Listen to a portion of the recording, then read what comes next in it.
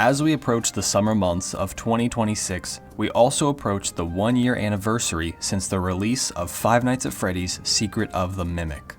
After its reveal during the FNAF 10th anniversary celebration, the community was ecstatic for a game diving into the origins of the Mimic. But all that built-up hype pretty much entirely died off within a month after the game's release. Here we are 10 months later, and not much has happened.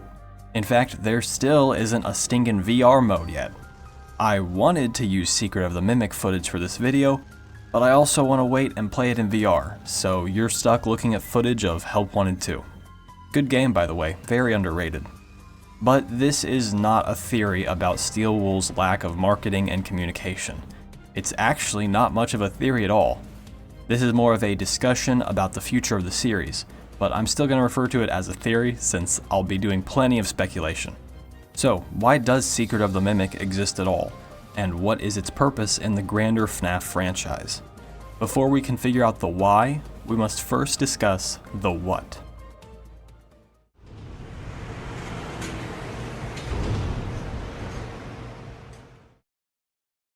Secret of the Mimic is a prequel set in the year 1979. You play as Arnold, an unlucky Fazbear Entertainment employee who is sent to Murray's Costume Manor in search of the Mimic endoskeleton.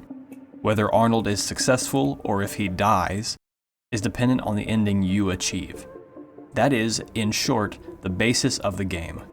But a bit deeper down, the game serves as an introduction to the Murray family, their beginning, middle, and tragic end. That is what Secret of the Mimic is truly about. Oh, and I suppose the Mimic is sort of important as well. The Mimic endoskeleton / program / virus / all of the above is the crux of the current FNAF storyline. Although I and many others were hoping to learn more about Freddy's from the game, it was pretty clear from the start that it would be focusing on the backstory of the Mimic. It's in the name, it's on the cover, it's in the marketing. Well, if this game had marketing, I imagine the Mimic would have been in it, but you get the point. So is that it? Does this game only exist to fill the missing piece that is the Mimic's origin? I believe there is more to be gathered from this game. It's not just a backstory. In a way, it's telling us exactly how the future of the series is going to play out. That's a bit of a loaded claim, so allow me to break it down for you. To do that, we need to discuss where this game takes place. No, not literally. I'm talking about from a storytelling, or perhaps a meta, perspective.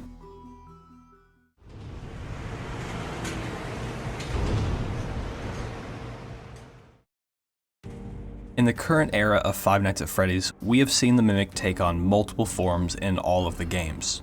Most likely. Listen, we all know how messy the development of FNAF had been in the years leading up to Secret of the Mimic.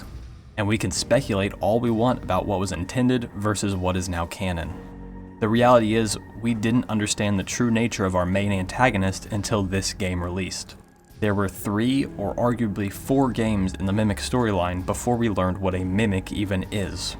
Yeah, there was a book about it, but a lot of people, including myself, weren't entirely sure how to interpret it in relation to the games. To get back on topic, let's think about the Mimic era's game release structure. There are 3 games, not counting DLC, that lead up to a 4th game, which is a prequel that sheds light on the backstory of an important character we've most likely been dealing with in every game leading up to this point. Now what if I told you I wasn't talking about Secret of the Mimic, but rather FNAF 4? This guy can't shut up about FNAF 4. All his theories so far have been about that game. I know, but trust me, this is an important connection. The original era of FNAF has the exact same structure as the current era, down to the backstory of an important character being in the 4th game. Michael and the Mimic are both even ambiguously relevant to the first 3 games, if you look at them without external context.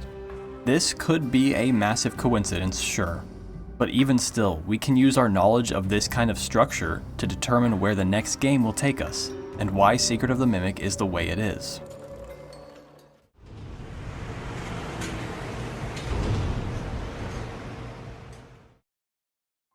We've arrived at the big question.